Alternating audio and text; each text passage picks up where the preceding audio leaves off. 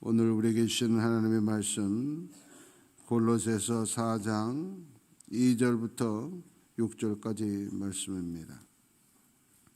골로새서 4장 2절부터 6절 교독하시고 마지막 절은 함께 있습니다. 기도를 계속하고 기도에 감사함으로 깨어 있으라.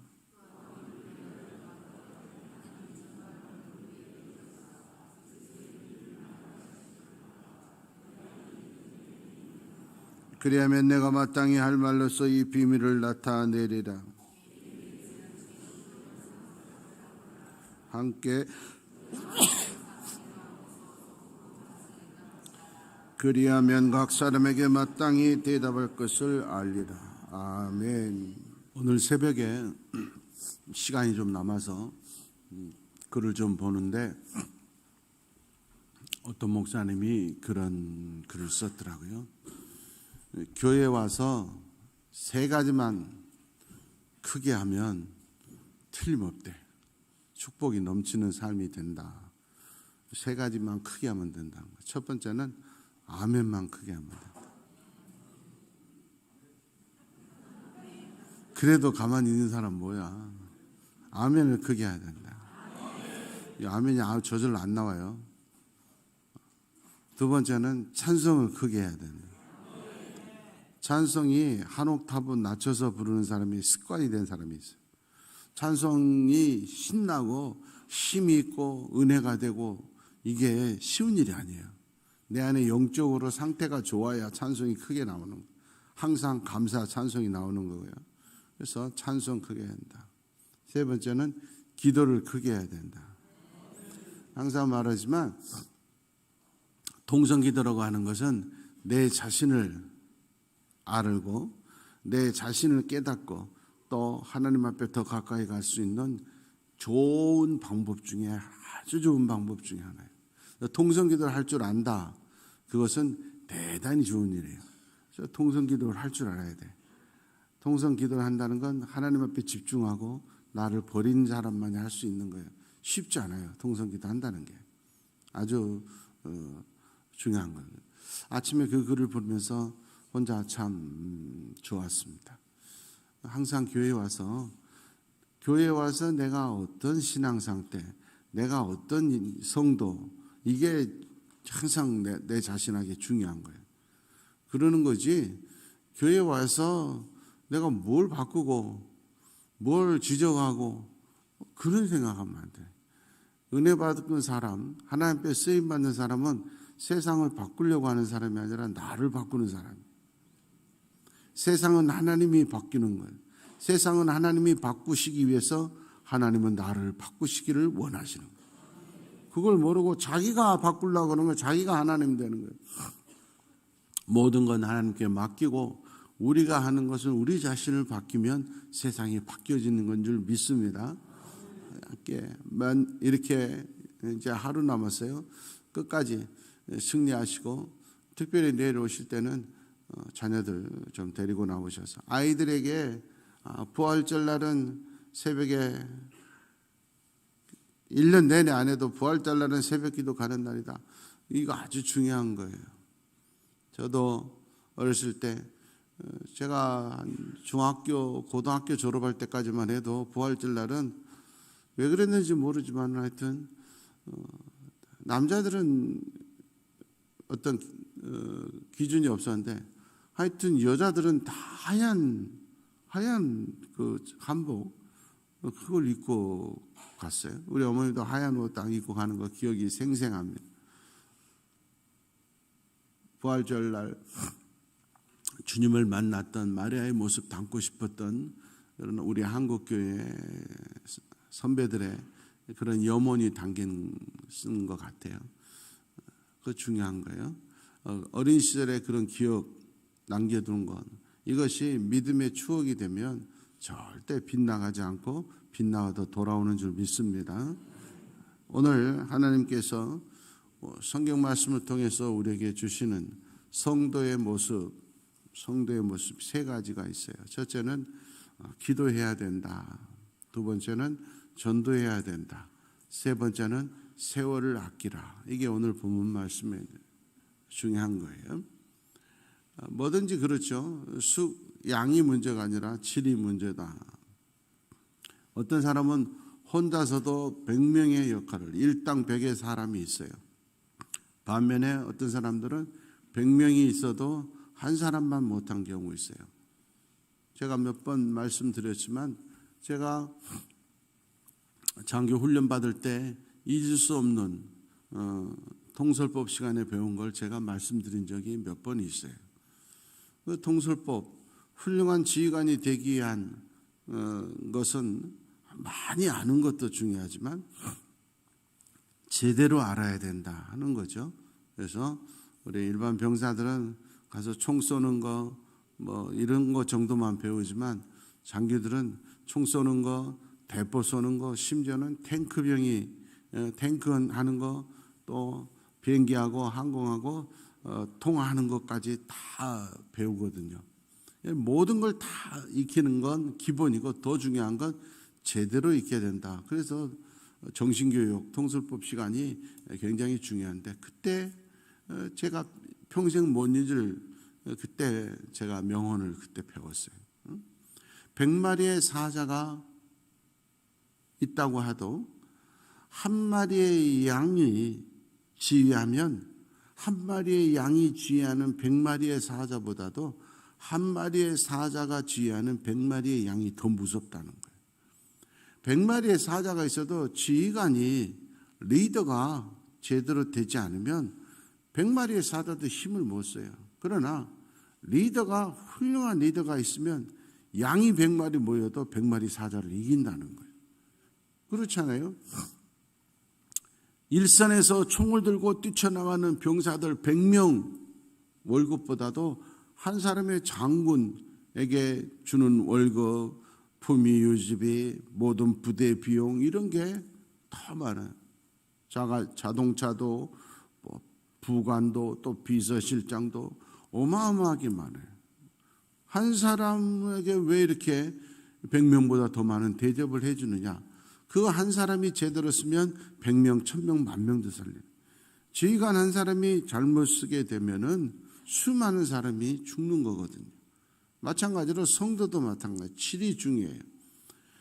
하나님께서 인정하는 사람 한 사람이 돼야 그 가문이 살아나고 교회가 살고 지역이 살고 나라가 사는 줄 믿습니다.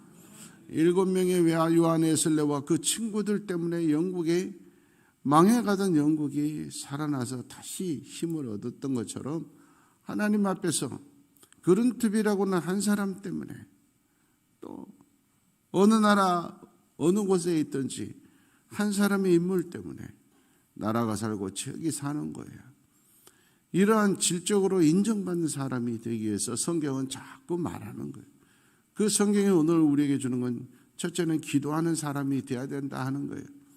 기도는 어떻게 해야 될까? 기도는 해야 되는데 어떻게 해야 될까? 오늘 말씀에 기도는 계속해야 된다. 쉬지 말고 기도하라 그랬잖아요. 기도 앞에는 쉬지 말고가. 기도는 쉬면 안 돼요. 그 말은 하루 24시간 계속 기도하라는 얘기가 아니라 어떠한 상황에서도 변치 말고 기도하라는 거예요. 힘들다고 포기하지 말고 잘 나간다고 게으르지 말고 기도를 계속 해야 된다. 변함없이, 정확하게 말하면 기도는 변함없이 끝까지, 이게 계속하라는 말. 어떤 일이 있어도 기도의 자리를 지키는 자, 계속해서 변함없이 기도하는 자가 되기를 원합니다. 두 번째, 기도는 감사함으로 해야 된다. 오늘 말하는 감사가 없이 기도하는 건 주문밖에 안 돼요. 알라딘의 마술 램프는 주문을 외면 알라딘이 나타나서 내 소원을 들어주지만 하나님 앞에 드리는 기도는 주문이 아니에요. 내 필요에 의해서가 아니라 감사하는 자에게 기도 문이 열리는 거예요. 감사가 없는 자는 어떤 일도 일어나지 않아요. 왜? 오늘을 살게 하신 은혜를 모르는 자에게 축복을 주면 의미가 없는 거예요. 은혜를 모르기 때문에 그래요. 오늘 새벽에도 일어나서 침대에서 하나님 감사합니다. 오늘도 눈뜨게 해주셔서 그 기도 변함없이 하고 일어났어요. 항상 일어날 때마다 빠지지 않고 하는 거예요. 하나님 앞에 오늘 일어난 것도 감사한 거예요. 우리 성도들이 수많은 성도들 있잖아요. 이렇게 나오는 성도 3분의 1밖에 안 나오잖아요. 일어날 수가 없는 거예요. 마음이 이곳에 없는 거예요.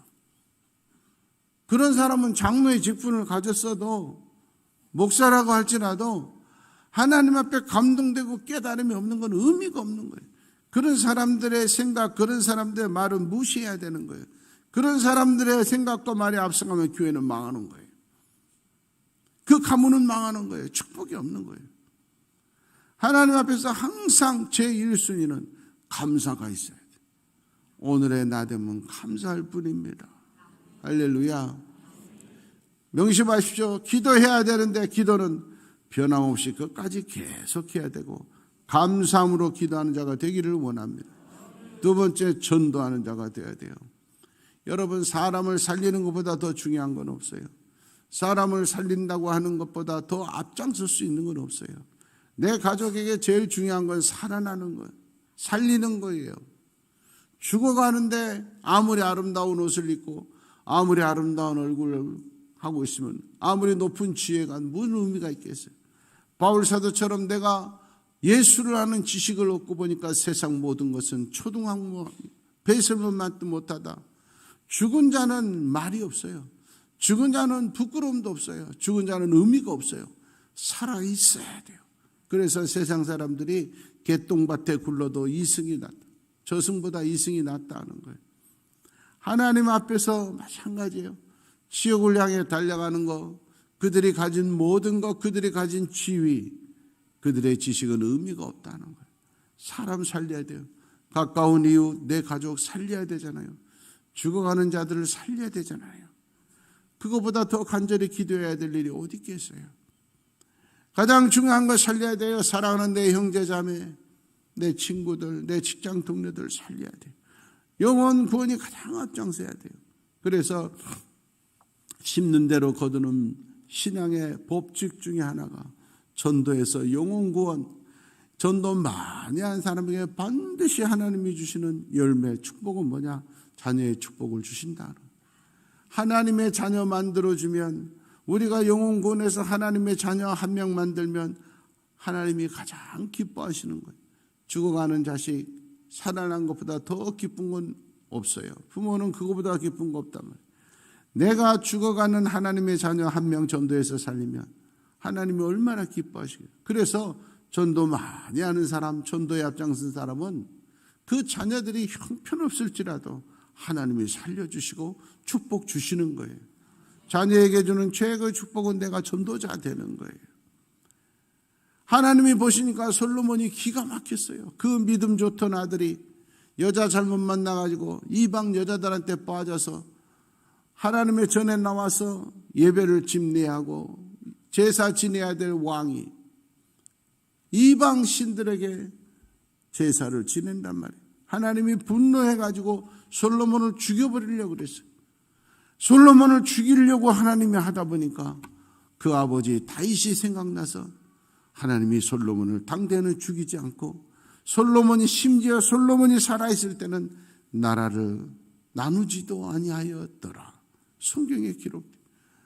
부모의 그 모습을 보고 자식을 살려주고 죽을 죄를 지은 자식도 하나님이 봐줬다 그 말이에요. 하물며 우리가 죽어가는 영혼 살리는 전도자로 사는데 하나님이 내 자녀들 축복 안 주실 리가 없어요. 명심하십시오. 자녀에게 물려주는 최고의 유산은 내가 전도자 되는 거예요. 영혼 구원의 사람 되는 거예요. 세 번째는 뭐냐? 세월을 아껴야 돼요. 예수 믿는 사람은 세월을 아껴야 돼요. 세상 사람들처럼 호랑방탕하게 보낼 수가 없어요. 금과 같은 세월이에요. 인생 금방금방 살아요. 언제 내가 주님 앞에 갈지 모르는데 이 세상에 하루를 살아도 내 하나님 전에 문지기로 살아도 이 땅에서 하나님께 인정받는 삶을 살아야 되는 거예요. 내 것 탐만 쌓다가 자식들 뒤치다까리만 하다 인생 끝나는 것이 아니고, 돈만 쫓아가다가 인생 끝나는 것이 아니고, 권력만 쫓아가다가 아니라 하나님 앞에서 내가 인정받는 일 하나라도 더 할 수 있도록 세월을 아낄 수 있는 여러분 되기를 원합니다. 내가 오늘 한 일, 내가 이번 주에 한 일, 내가 한 달 동안 살았던 것 하나님께 인정받을 것이 무엇인가 한번 생각해 보십시오. 한 달 동안 1년 동안 내가 살았는데 다 내가 바라고 원하는 것들만 위해서 나의 유익과 나의 기분과 내 쾌락을 위해서만 살지는 않았는가. 아무리 생각해도 하나님께서 기뻐할 일은 하나도 없는 자들이 있어요. 그런 인생은 의미가 없다. 반드시 후회할 날이 온다. 심지어 천국 가서도 슬피며 이를 가며 쫓겨나는 인생이 된다. 하나님 앞에서 세월이 얼마나 소중함을 깨닫고 흐트러 보내면 안 돼요. 오늘 하루 여러분이 어떻게 살아야 되겠습니까? 가장 중요한 거, 영혼 구원을 위해서 기도하고 가까운 형제 자매, 친구들, 동료들 간청하고 관구하고 고면해서 내일 영혼 구원의 축복의 열매가 맺을 수 있도록 오늘 하루를 잘 보내는 여러분 되기를 축원합니다.